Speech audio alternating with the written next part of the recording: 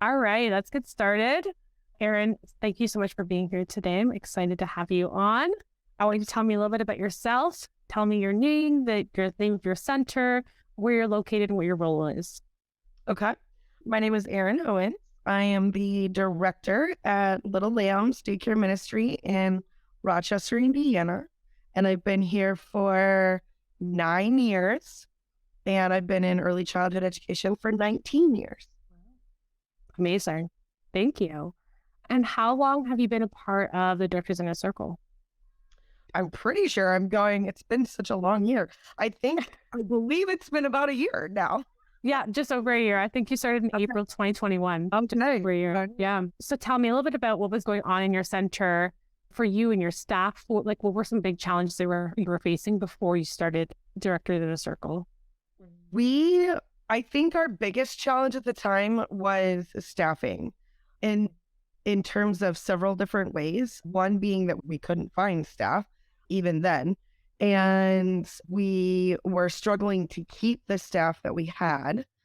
And then just because of money, but then also for the simple fact of I was a different person back then. So I've learned a lot about myself as a leader, and my staff has tremendously grown in the last year also because of the trickle down, the ripple effect. Yes, ripple effect. That's the word. Yes. It's amazing. So would you say that the challenge that you were having with staffing, how was that affecting you personally in your personal life? Oh, goodness.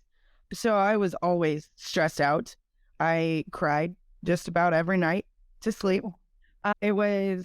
My husband was seeing a big change in me and a big difference, and was actually encouraging me to look at other things because I knew it probably had something. I always take everything inner as a leader, and I always did. I am working on that a lot in myself because it's not all on me. But that is one thing that I was really taking to heart, is that, okay, this has got to be because of me. We can't keep the staff that we already have. But then reevaluating everything, I looked back and I saw that also the staff that we had for 3+ years, and some of them were not even wanting to be in this field for super long periods of time. So for 3 years for a staff member, there was a huge eye opener at conference this last year, and they said 3 to 5 years or 1 to 3 years is your average nowadays for an employee to be in a job. And yeah, that's what I was looking at, 1 to 3 years. Yeah. Yep. Wow. Tell me about, did you look at any resources before you found the Schools of Excellence? Did you have any other programs or resources that you were purchasing beforehand? Yes. So we not necessarily purchasing as much as we were going to the NAYC conference, the IAYC conference, because I'm from Indiana. So we did their state conference and stuff, and I was going to that every single year. We went to Nashville for the NAYC conference, and it just seemed there was so much information, and you always get, at a conference, you always get all this information, and then you want to go back, and you're so excited, but then everybody else back in the building is, okay, don't throw it all at us right now. Let's do stuff at a time, but you don't know what you want to work first, and you get tools and things like that. But what I've found with, honey, I just love her. So what I have found through the Schools of Excellence is that it's not always all about the tools. It's not oftentimes about the tools. It's about the tools that I already have, the skills that I already have, the knowledge that I already have. And it's about using that to better ourselves. So I'm getting a little teary-jerked because this has been a journey for myself as the leader of this place for the last little over a year. And I have come so far in this last year just from realizing that I already had the tools and being able to utilize them myself. One of the biggest key tools that I already had was my mindset, and changing my mindset to better represent what I was thinking and what I was doing. That was the biggest piece that I've really been working on. And then the other one is self-care. I've already got all of the tools. I just need to utilize them. And how to utilize them is what I've learned through the schools of excellence. Amazing. Love it. Tell me how this mindset shift has really transformed your staff. How has that rippled down into your staff? Yes. So we started out beginning of last year. We had several employees. Most of them, we'll just say it like it is. They were miserable. Yep.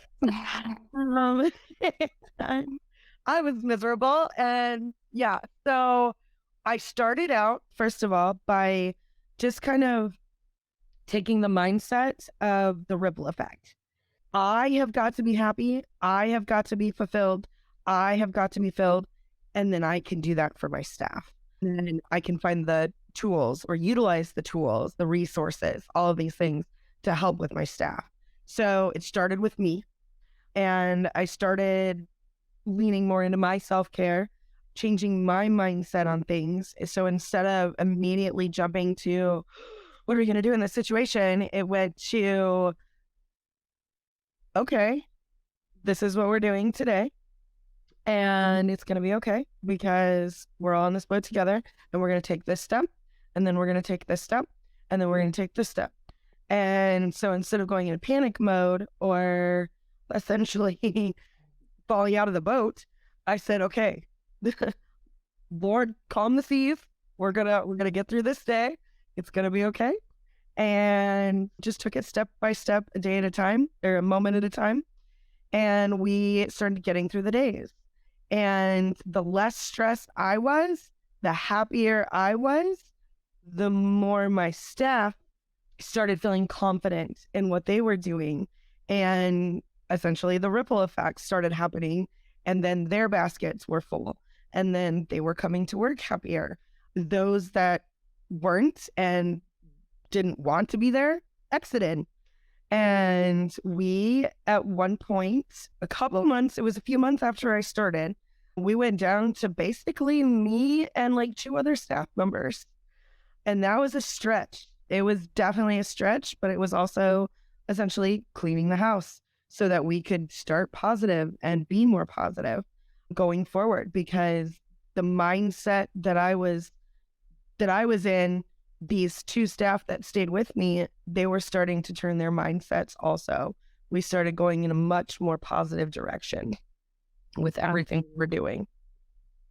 That's incredible. That's amazing. Wow. Tell me what your experience is in the program itself, maybe aspects like the training and the community. So the community, I'll start with that. Actually, I'm going to end with that because that's the big Okay. To start, I've loved the Facebook group because that's part of the community too, but it has helped me to lean into staying on top of things more. So my calendar, things like that. It's essentially my reminder of we've got this going on. This is what's happening next. This is what's happening next. And then the community aspect of it, man, oh man. So you always feel so alone as a leader sometimes. And I cannot express the amount of community and the amount of relief and the amount of joy I have experienced in the last year being a part of the Schools of Excellence with people all across everywhere, the world. Mm-hmm. I have connected with people in other states that have essentially like stirred movement in new directions here and things like that. So I've gained friendships through this. I've gained support, director support. I have gained essentially some sisters from across these have been mainly from the United States, but it's just been amazing. And then I cannot, if you are even questioning going to conference, I cannot tell you enough, go, because I was at another major turning point at that point, and my mindset was just after conference. And I came back. It was unlike, I don't even like referring to it as a conference because it was more of a community solution, like, let's fix. It fixed so many situations that were happening. I love the mindset of the people within schools of excellence because we're solution based, and we're able to vent and understand each other where we're at, but then we go to the next step. It doesn't just stay stagnant and stay in the wah. It's in the, okay, now what? Now we're going to find a solution for these situations. We're going to find a solution for what we're facing. We're going to find a new project and go on with that. So it's been great, the community. Love it. Is there anything in particular that had surprised you when you joined the program versus what your expectations were before joining? Actually, yes, literally everything. So I was expecting more of what I've found in like a lot of the other places. So the IOIC, like toolboxes, and this is going to be your tool, and this is what you use, and things like that. But I found so much more out of it I have gotten tools, amazing tools that other people have been using, that have put forward, or that Honey yourself has created, or you, Michaelina, have created and gone forward. But I guess the biggest thing is that I already had a lot of the tools, and it's just learning how to use those as a leader and this is even spilled out into my personal life. So it's as a mom and as a wife, things have changed. Can you tell me a bit more about that? Yeah. So I was working all the time, and that was one of my husband's biggest complaints is like, Erin, you don't have a shut off. And so one of the very first things I put into place when I started Schools of Excellence, after hearing about boundaries and setting those boundaries and putting the lock on the door of the office and putting your sign up that says, I'm busy today. Your emergency is not my emergency. All of these things. I've been able to put those in place. I've been able to get my work done here. And then I've been able to go home and be Erin and be wife and be mother because I've put those boundaries in, and I don't take calls after 6 o'clock anymore. And I go to bed early, and I don't stress about the next day because I know that it's that mindset. I know that mindset is there, and it'll be okay. We'll take it one step at a time and we will get through it. So I've been able to shut down, and my husband has been able to see me, and we've been able to go on dates and not had phone calls in the middle of it, and go grocery shopping with no phone call. And it's been really, really nice. So that's incredible. Wow. I love that. Okay. Tell me about what your biggest win. What is the biggest thing? I mean, I know that you said that your staffing and your mindset, but maybe something that's actually happened in your center. What is something that is actually like a big win, something that's really never gone that way before, if you can think of anything? Yeah, actually, so we are a Christian ministry, and the biggest win I've had since I've been here is we more than doubled in our school age group this year due to all of everything that we've been putting in place. We had at one point almost 40 school kids, and my usual max around here, the max I've ever had myself, and this was with all the groups together, was 50 kids. And so for that big of a group of school agers, it was amazing. And we had about we had 16 school agers on one day in the ministry setting. We had just gotten done with Vacation Bible School, and we were going through our lessons and our staffing, and everybody was on such a great positive spin on everything. And we ended up having 16 school kids accept Christ into their hearts. And that for a ministry in one day is huge. So that is the biggest thing that has come out of this program, is that we were able to build that for these students. We were able to build that for these parents. We were able to build that for these staff, and I was able to build it for myself. And then, of course, number one, Jesus. Yeah. Amazing. That's amazing. Thank you for sharing that. Okay. So tell me, what goals do you have for your center? Oh, I'm so excited about these. Okay. So a couple of them are, we're going to continue to build our school age program.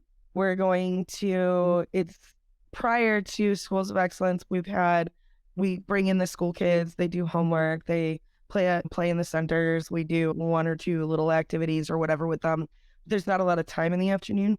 We're a lot more intentional now. And so I'm looking forward to continuing to build that with our school agers.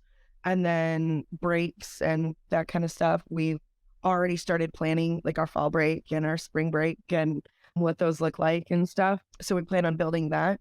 The other thing is we actually got a curriculum, a study curriculum that we are looking forward to utilizing in our pre-K program. And for the first time ever since I've been here in 9 years, our pre-K teacher is going to be just our pre-K teacher and not our fill-in for our toddler room or our fill-in for our infant room or whatever else. So I am super, super excited about where we're headed and what we're doing.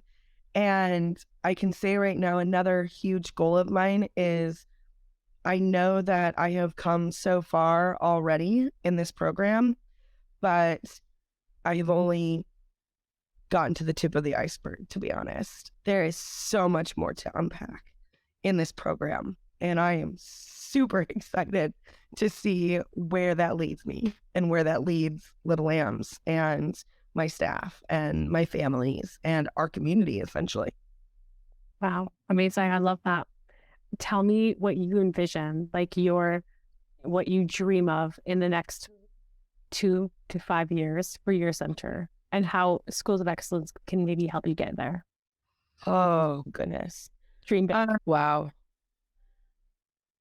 I dream big that, yeah. So I guess our biggest goal is I want to exceed the 50. I want to touch the lives of our community in more ways than just being an academic program. I also want to hit their hearts ministry-wise. Not just our community, but essentially our state and our world need community, need mental health help and stuff right now. And so I want to continue to grow that basis here. That's one of our things that we're working on, is the mental health. So the mindsets and all of that here at Little Lambs. So in the next 3 to 5 years, I want a steady group that is sticking around. One of the other pieces that I did forget to mention that I've really utilized is the gratitude piece and how I was going about that. So one of the things I learned through Honey is that gratitude isn't just, here's a $5 gift card, or here's a cheap manicure set that I bought at the Dollar Tree. Gratitude and filling their basket is about finding what they're doing well and pointing that out and speaking in their language to point that out. And by language, I mean 5 love languages in my center. And so we are really focusing on each other and that stuff and making bonds that are forever growing. And so I'm excited for the team that we have now to continue to build that and continue to build our legacy of Little Lambs. Yeah. So. Thank you. I love that.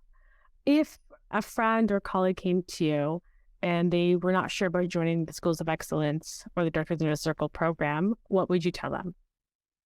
Girl, boy, are you crazy? No. Not the first thought. No. So I basically would lay out where I've been, where I'm going, and I would 100% tell them that, because I know one of the very first things that hung me up was the money. And I'm very frugal to my money, but I cannot tell you the immense payoff that I have had in the last year. It goes way deeper than money. Money could never buy what I have gotten in the last year of being in the schools of excellence. So I would 100% say put it all in. Put all your eggs in your basket because it's worth the journey. Amazing. Thank you. Okay, last question is I want to talk about the Summit of Excellence. So I would love for you to highlight some of your favorite pieces of the Summit of Excellence and what that had done for you. Okay. Yes. Yeah. So the Summit of Excellence was groundbreaking for me, earth-shaking, honestly. So I was at another crossroads with just trying to figure some certain things out.